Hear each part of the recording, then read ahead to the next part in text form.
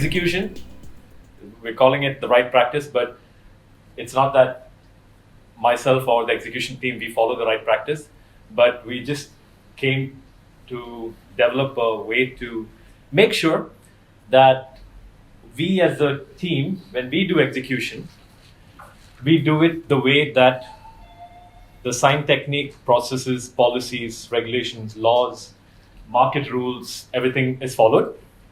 And I'm sure people here like Mr. Shaji, Mr. Waleed, Mr. Nasser, Mr. James, all these people are stalwarts, veterans who have done sales, execution, operations all through their lives. So anywhere where anyone needs to feel that, or anyone feels that they need to input or improvise the current process, you're welcome to add on and say that we can do it better if you add this like this. So please, with your experience from the past, please add on. That will only be noted down and we will incorporate it into the system. Let's go to slide 1. Temporary endeavor to get something done. Okay, you plan something, you follow a plan, you follow a process, you get a result out of it, you get either a product, you get a service, or you get something out of it. That's a project. Okay, and what is project execution? Okay, so it says project execution is when project planning is put into actions and tasks, deliverables, commitments are monitored to ensure the project succeeds. Are we in agreement? Is that what project execution is about? Ideally, it should be that. Tracking and monitoring every project element once it kicks off can make the difference between whether the project sinks or it swims.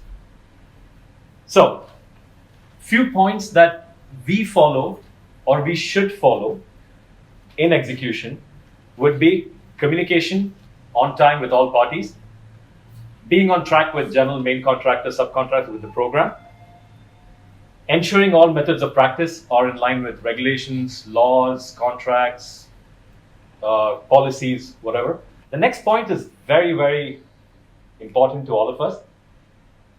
Sign technique first. Client and project second. Everything else is after that. So I hope this point is as simple as it is over there. Sign technique is first. Your company, where you work, who you work with, is your number one priority. Second comes your project and your client. And third comes everything else. Okay? Now, personally, I'll tell you, I have an attitude. Client first, project first, sign technique second, all others third, after that.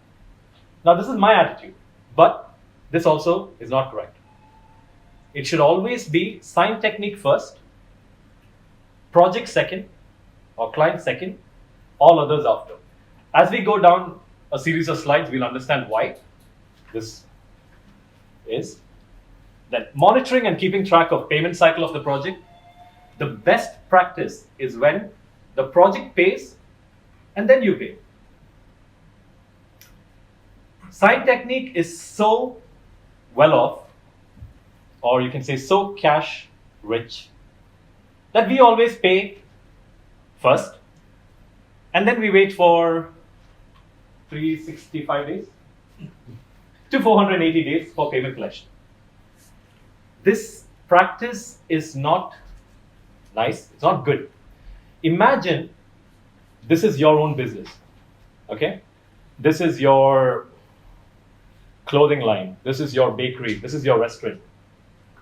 Would you like it if you get paid after 1 year or 2 years for something that you did today? No. You wouldn't, right?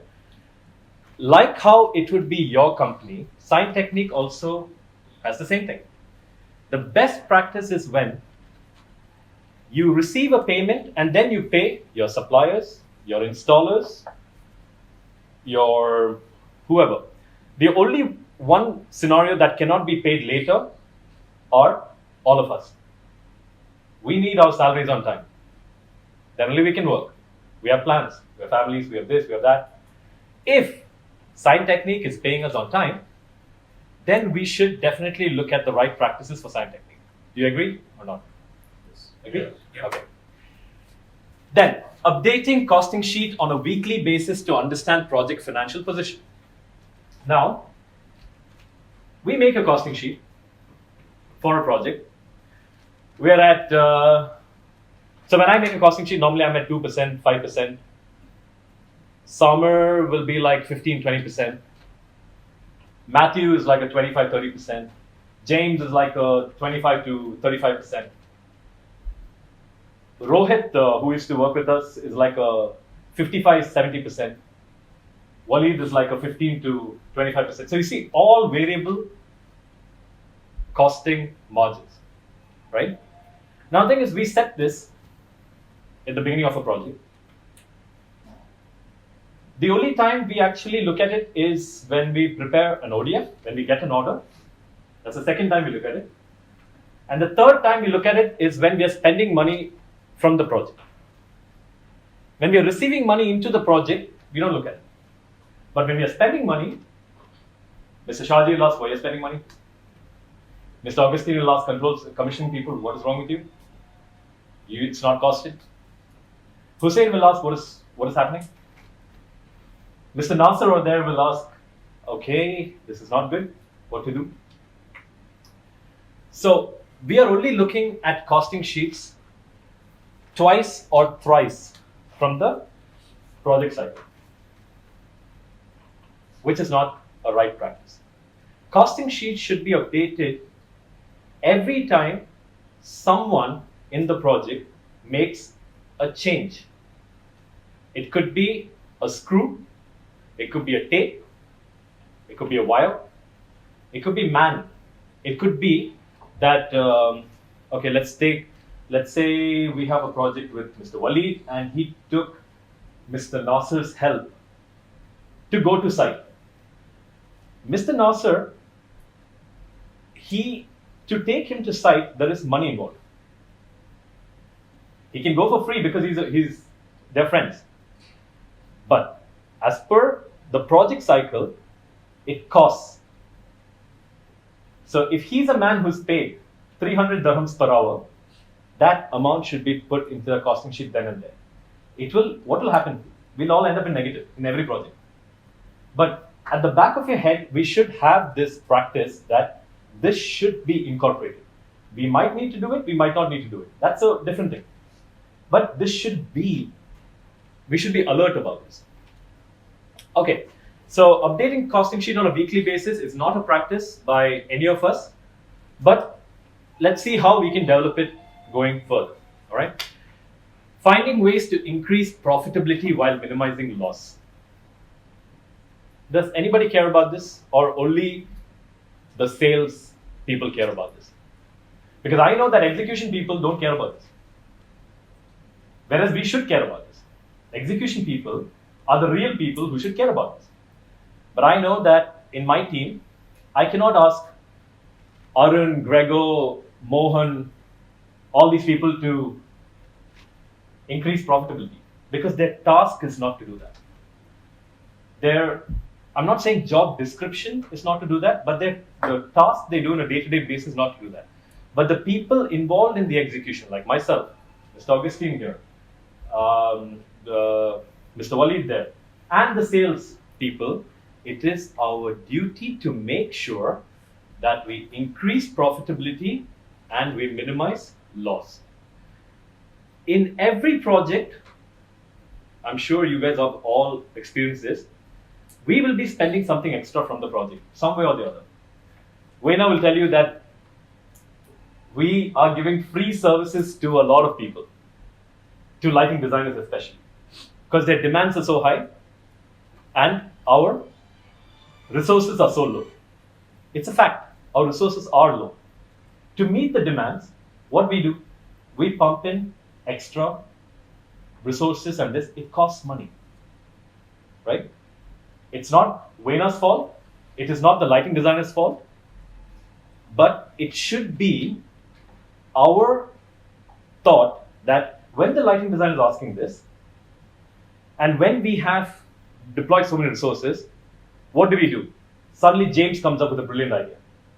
Variations. Talk to the lighting designer and to the guy in such a way that we get the variations. He makes it happen, Wayner processes it, happy days. So you get the drift of what I'm trying to tell you.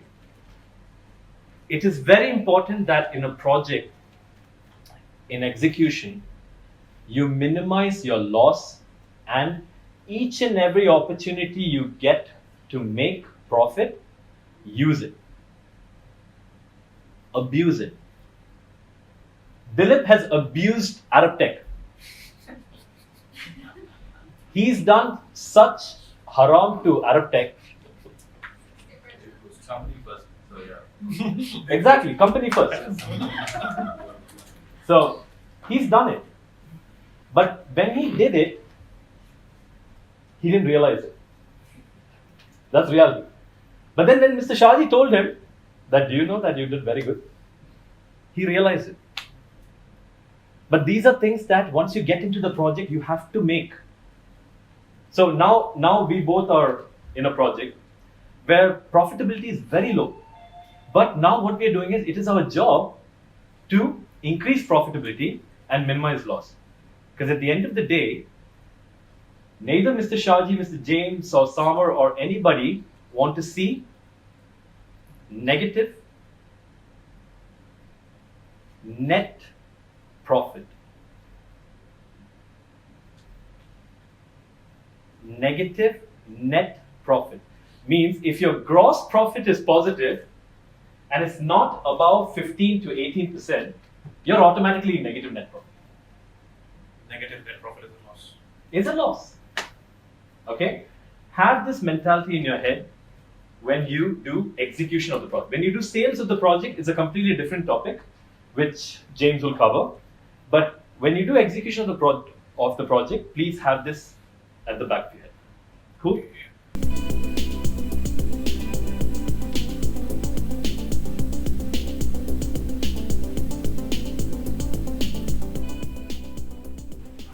Okay. The process, the key activities of the process. Now, in project management, I've not done any project management course. I've just done it through life, in different sites, experiencing different problems. But then I got this opportunity to work with a guy called Mohammed Arfaz.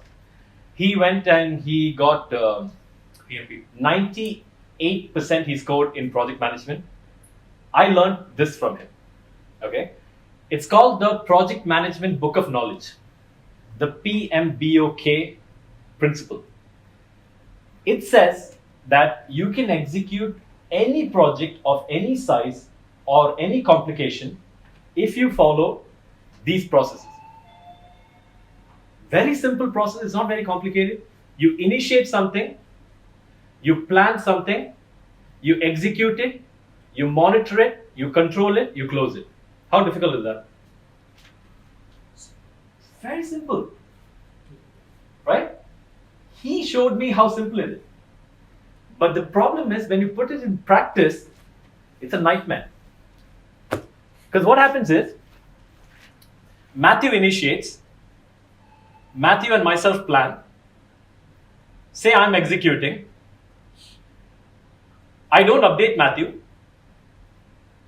Matthew's got so many jobs, he forgets to put the control levels on me. Both of us are stuck in closing. You get what I'm saying? All the problem happens in this monitoring and controlling. Either you have too much control, you don't let the other person execute, or you don't monitor, you don't give feedback, you don't communicate, and this is the only thing that results in this becoming never closing. So, to do this process is very, very simple. The project activities are done according to the set plans, sequence and procedures to satisfy the requirements of the project. The purpose of implementing or executing a project is to deliver the expected results. Concerning the span of the project process, the project execution is the longest and is the one that utilizes a lot of resources. So in reality, it's not the sales team who's losing the money. It is the execution team who's going and losing all the money of the project. Because they are the one who's taking, because it's a time-consuming thing. So the execution team, it is mandatory for this execution team to make sure that resource allocation, follow-ups, communication with the salesperson, notifications, all these have to be done perfectly on time in a very, very structured manner. If this is not done, this part, monitoring and controlling, goes into a toss, and therefore that project will never be closed. If you take a list of projects from Mr. Shaji on how many projects are not closed, we can say 85% of Science Technique projects, after we all came, like in the past 2.5 years, is still not closed. There's still something, 50 dirham, 800 dirham. You see, it's small value, but the book is not closed, which means the project is not closed. And it's purely because of this monitoring and controlling aspect. So we are very good at initiating, we are very good at planning, we're very good at executing, but we are not good at monitoring and controlling. So this is where we will focus on going forward. And how we are going to focus is what we're going to see in the next slides. So these are basics of anything. You go to a supermarket, you buy something, you have your own business, you're raising children. All these basics can be incorporated anywhere. Execution is the same. You have to take it as your own. You have to own. You have to own it. You have to feel for it. If you feel that, okay, Augustine and Sharat are there, I'll just hand over the file to them. Well, 50% you're okay. But then you're sending us to hell. So this entire basics is to make sure that we all work in a way that we understand who is doing what and how we let them know that this is what your task is. Just finish this, hand it over to this person. It's more of like a planning and resource allocation kind of thing. So the basics here, what we have come up with, which will definitely work because it has worked for us in successfully executing projects like Expo, Warner Brothers, all projects which had problems. We have followed these methods, and this is a successful formula. Okay, so the basic is being accountable, being aware, and being responsible.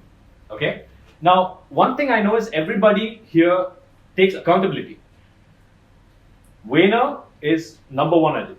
If she does a project, she is accountable from start to finish. I've been seeing her in projects from more than like 3.5 years now. Even when she used to work in the bus before, she's very accountable for her projects.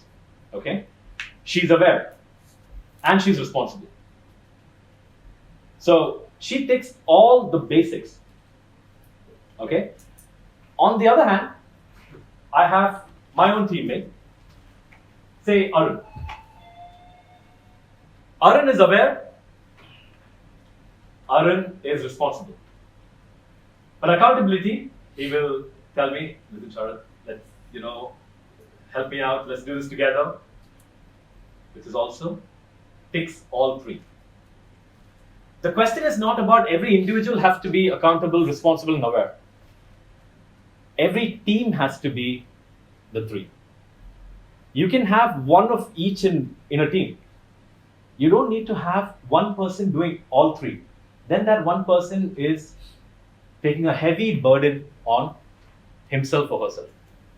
As a team, if you do this, you're separating certain responsibilities, and then you will easily get the required done. Picking up a phone call, making a phone call, writing an email reply to a received mail. This is point one. This has to be done. If a phone call, if a ringing phone has to be picked up, on the other line, when the guy says, sir, I'm calling from MasterCard, just say, sir, I don't give a shit and hang up on it. That's what I do. But sometimes, you know what I do? To just, make myself this thing, I'll be like, see, man, I'm so poor. I don't know. He himself will hang up. Okay? So the thing is, a ringing phone, if it's not picked up, immediately the client will write, why nobody's picking up the phone? You know how many of these emails I get per week? Per day? See, this is a big problem in execution. But then, this is not only about execution, this is about everybody. A ringing phone must be picked up. And it's true. Anybody calls, it doesn't matter. You have to pick it up and you have to find out what is happening on the other side. Making a phone call. Now this, personally I'll tell you, I'm very bad at this. I'm very bad at making a phone call. Example, say James is excellent at making a phone call. Okay? So sometimes when I need a phone call to be made, but my either my hands are trembling, no, I don't want to call this client, no. First thing he'll abuse me. I have this feeling in my head, so I refuse from making that phone call. That's wrong. Hesitation. That's wrong. So I need to improve on making a phone call. I mean, I'm just saying generally as a this thing, but this has to be done. If someone has to be called, we have to call them. Writing an email reply to a received mail. So Sam's got this problem that the moment an email comes, which is bad for the company, we don't respond immediately. I never respond immediately. I will wait for facts, figures, everything, and then after 2-3 hours, I'll respond. Because that's my way of responding. But sometimes, there are emails you have to respond immediately. Like, nobody's picking up my call. What is wrong with Sign Technique? You have to respond immediately saying, okay, my commissioning engineer will call you right now. My project manager will call you right now. Sometimes you need to think, get the facts, get the figures, and reply. Sometimes you should not reply. Because if you reply to that mail, you're just digging something that they created. So you can make a call, have a verbal conversation with that person, and then say, further to our conversation, please do as advised, or something like that, right? But these things have to be done. Taking notes. Very few people are taking notes here right now. You get what I'm saying? Very few people have notes being taken at the very moment. This has to be done because you cannot go into a site and listen to everything and expect your brain to come back to office and put everything in an email. You cannot.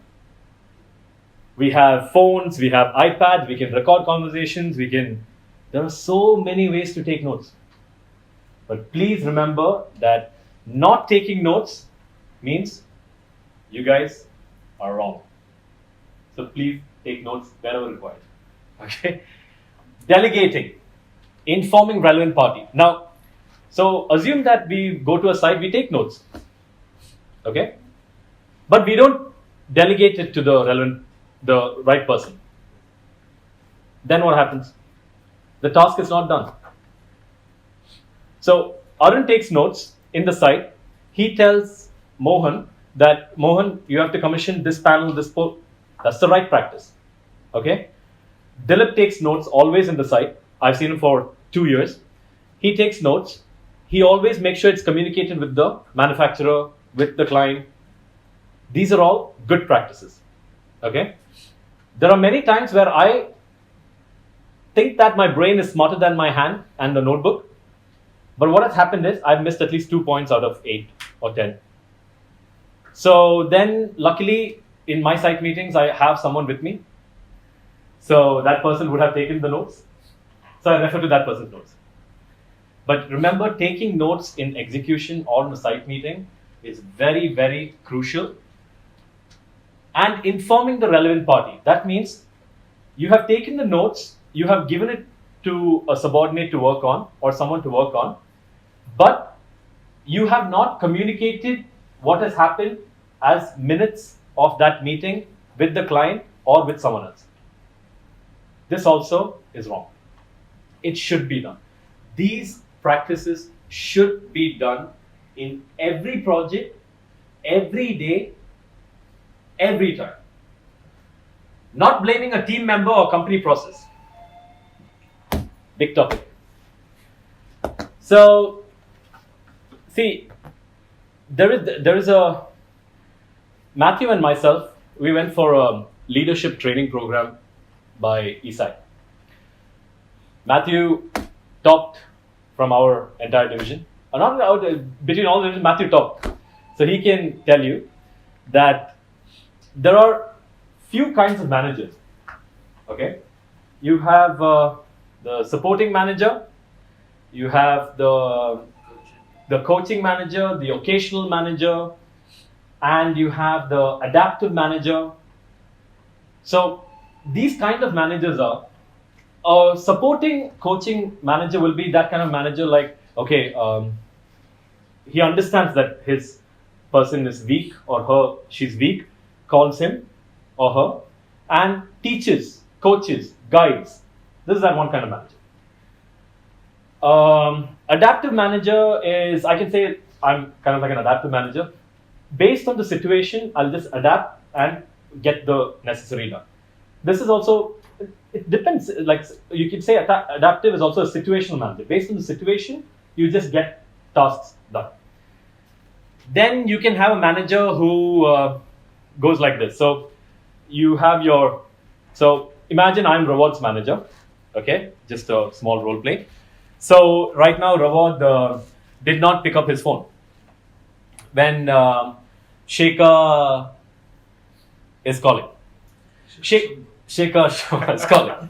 So Shekhar calls me and she abuses me. She's like, you are useless, Sign Technique is useless, this guy is useless, everybody's useless. Now, I come to Rawod and say everybody's sitting here. Yeah. And I tell Rawod, what's wrong with you, man? How could you do this? Like, that Shekhar's abusing me. She even abused my dog. What's wrong with you? This approach is wrong. Never should a manager or even a teammate blame or raise his voice or say anything derogatory in front of the general public or in a site meeting. This always happens in a site meeting.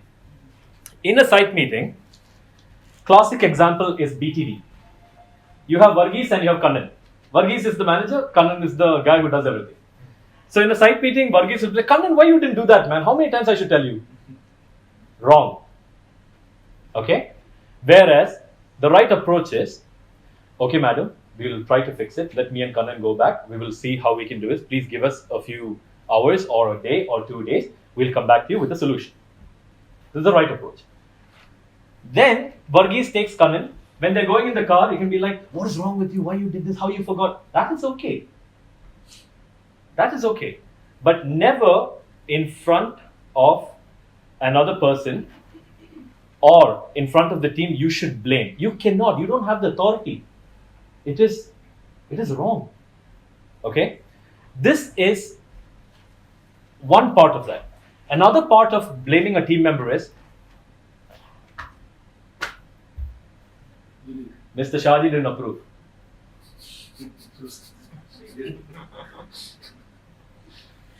Wrong. You cannot just go and say Mr. Shaji didn't approve. That's like you're just saying I did everything, I gave it to Mr. Shaji didn't approve. Or Mr. Shaji didn't process it.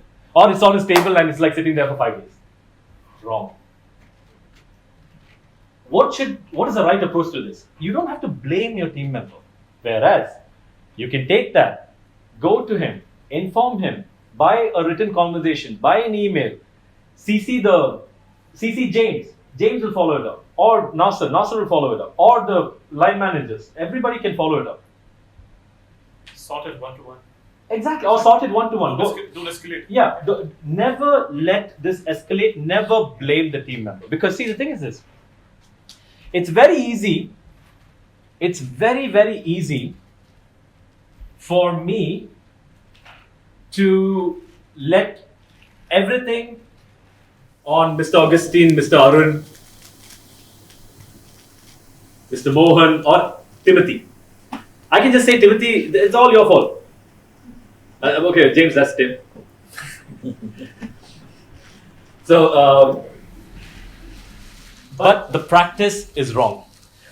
The best practice would be discuss, correlate, coexist. This is the best practice. In fact, have arguments. Have one-on-one arguments. Okay? Have one-on-one arguments, no problem. Keep the decibels low. Have one-on-one arguments with each other. Then take it to their respective line managers. Say Mr. Augustine and Mr. Shaji is having an argument about something that is where he feels he's right, but he feels he's right. Simple. Both of you take it to Sam. Take it to Samar. Let a person one step above you be the judge of this and just finish that off. Right? But please note that blaming a team member is not basics of our job. Company process. There is nothing wrong with the company process, by the way. There's nothing wrong with the company process. We are creating all our own processes to make our work easier in relationship with the company's process and policies, right? The company, as Sign Technique and Eason Solar Group, has a certain set of processes. We have sub-processes which we do for ourselves. So I bought my own process from Bahrain, which I used to do. How has it been implemented in Sign Technique and Eason Solar Group's process? Nothing. It's a small sub. It only helps to reach the company's process. But we cannot create our own process against what is already existing, because it will never be accepted by the company as such, because they have. So imagine they are the foundation processes. Then you have all these other sub-processes. We can be a sub-process, our own process. But we have to coexist with the main process. So this is the thing that you cannot blame the process. You can innovate. You can tell the people, it's like in execution, you can tell me, Sharad, your way of execution is good, but I have something that I can tell you that will make it great. That is something that is welcoming. Now, imagine my execution process and what you brought is not in line with the HSE policies of the company. Again, both of us are wrong. You get what I'm saying? We have to make the process in line with the company's process, and we should never blame the company's process. I know that there are some delays, lags. This even I cannot help you. Even God cannot help you. Mr. Shaji, no way. So nobody can help in the delays that happens from the head office, the head group treasury. These things, nothing can be done. Okay? Delegating and following up. So there are many times that we delegate, but we don't follow up. Now, sometimes the managers feel like, why should I follow up? I gave you a task. You come back to me with the result. A good co-worker, a person who will be growing and be successful in his life, will go back to the manager. He will not wait for the manager to ask him, did you finish the work? Where is this? Where is that document? Because the manager has already done this for like 10 years and then he became a manager. A real good person who is following basic discipline of work, if he is given a task, he will note it down, note down the deadline period.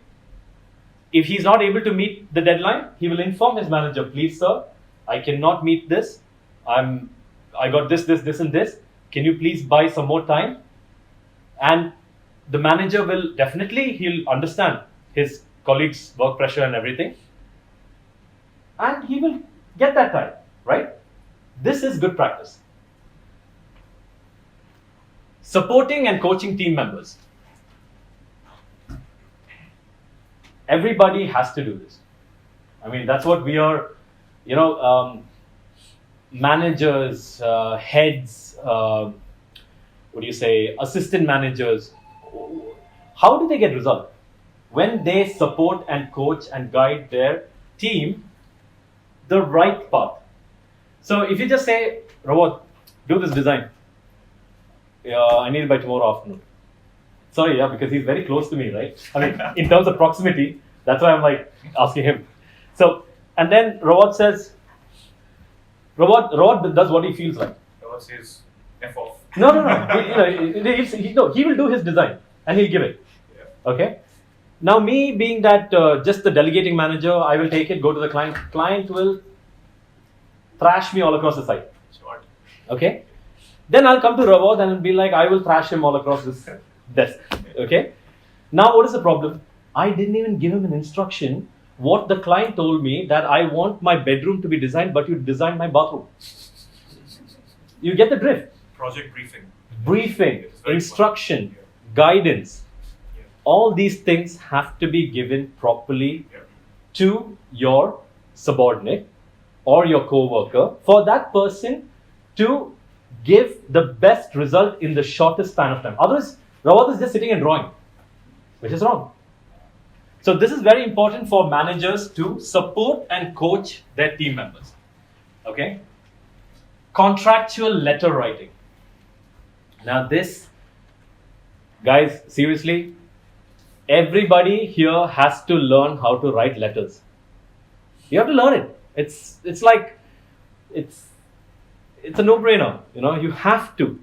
You need to know how to write a letter contractually to anybody. So say, let's take someone who does not write letters at all here. Let's take Renis. Okay?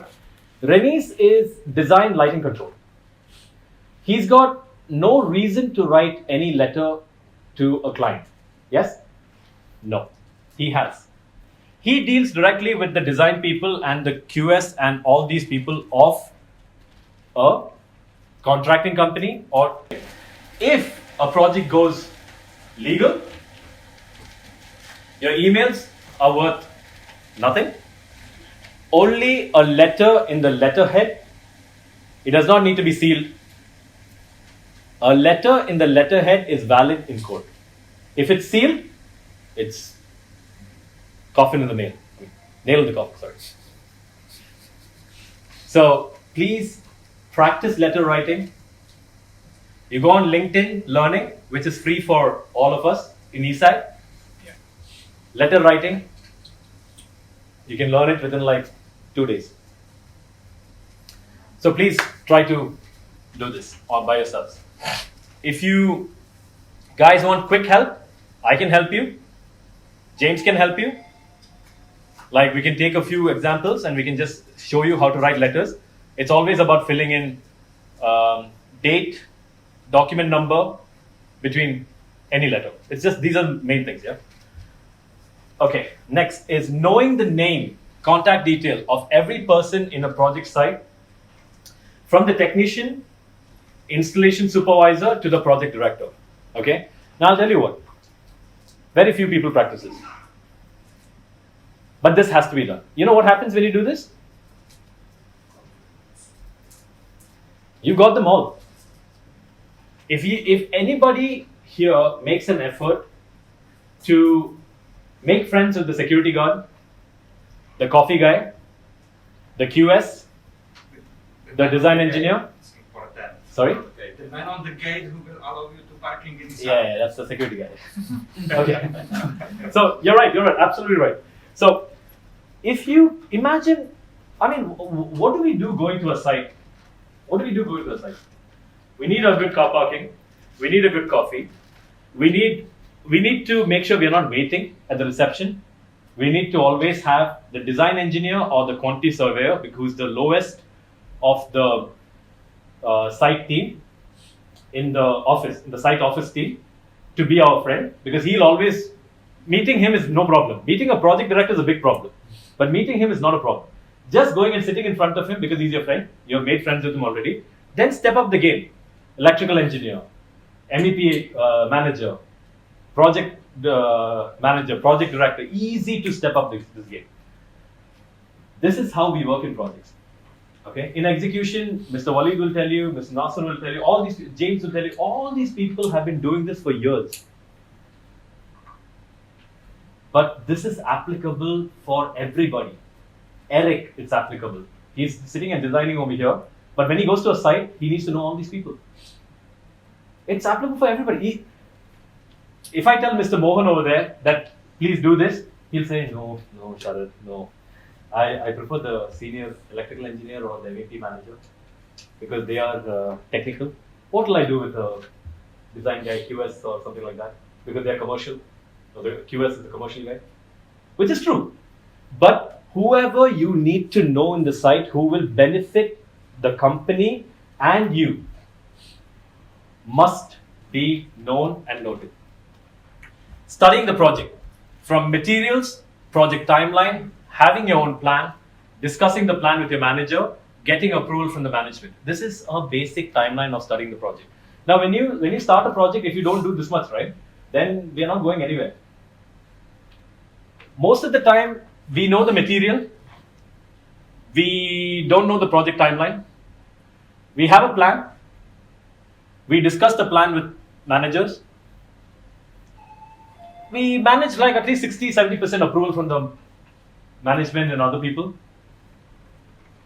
which is good. But if we have all this, game over. We will definitely execute. So being a friend to the QS on site, okay, this is okay. Same thing. Having a complete tracker of the project. Hereafter, the execution team should have every documentation of the project, that is documentation, delivery, deployment, people, with dates, project program, everything that is given to the people before starting the sales itself. These are all, project program is something that is decided during tender documentation. We just need that document. Delivery of the item. So sales guys have placed the order, but Mr. Shaji has sent it to head office because the procurement is centralized. Only Mr. Shaji can get this information from Hussein, Madeline, Jahida, all this. Yes, which means the execution team and project control team are best friends. They have to be. The sales team and the execution team, again, are best friends. The sales team and project control team, you guys have to make some relationship, yeah? We're working on that, but you guys have to. But this is the way, use the execution team to get your deliveries done. Don't stress, the sales team does not need to stress with the project control team after LPO is issued. After LPO is issued, Sharath, it's your problem. You don't know the delivery of these dates. Vena, you can come and tell me, Sharath, tell me what's the delivery. These guys are not delivering. You get what I'm saying? This is how, going forward, it should go.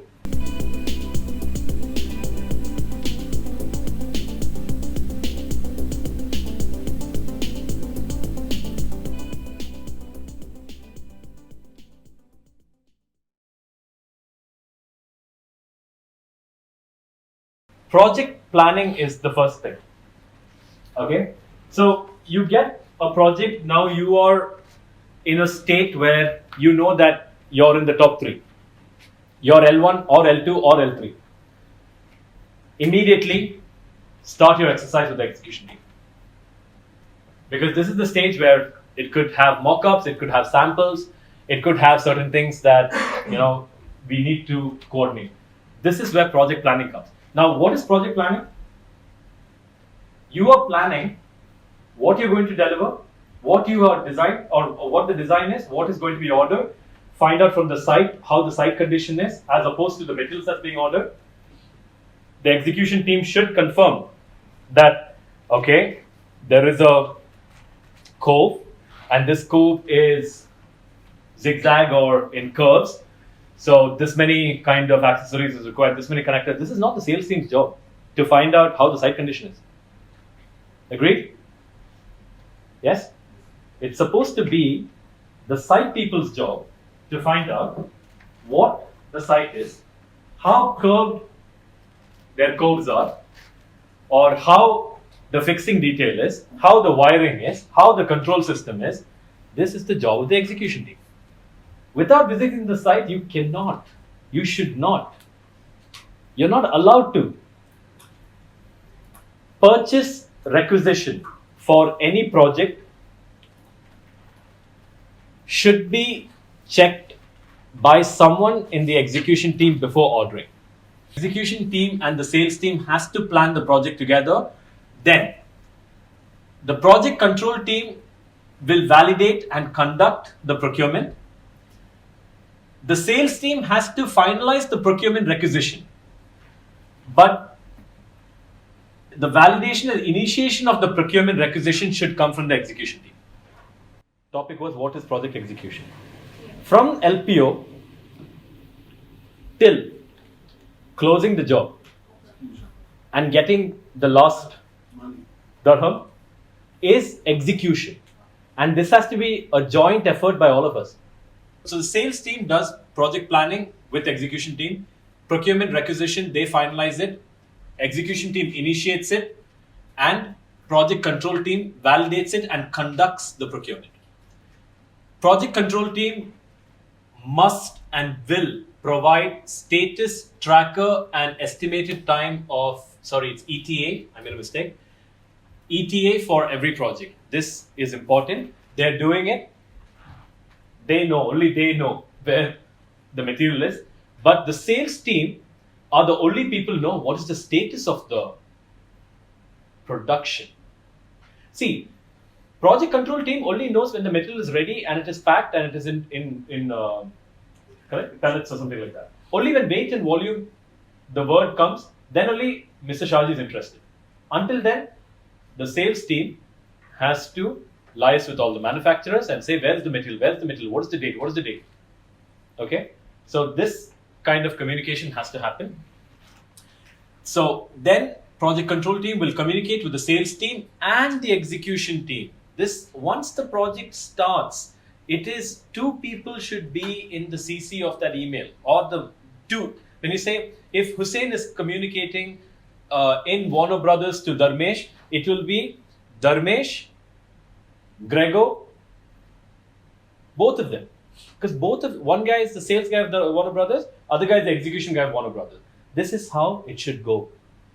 It should not be only to Dharmesh, and then Dharmesh calls Grego and does, no, don't do that. From project control side, one sales guy, one execution guy. It makes it very easy. Everybody knows what's happening. Okay? Communicate with the sales team and execution team on material documentation, payment, any other. So this, anyways, they're doing it. But please make sure both execution team and the sales team gets this message.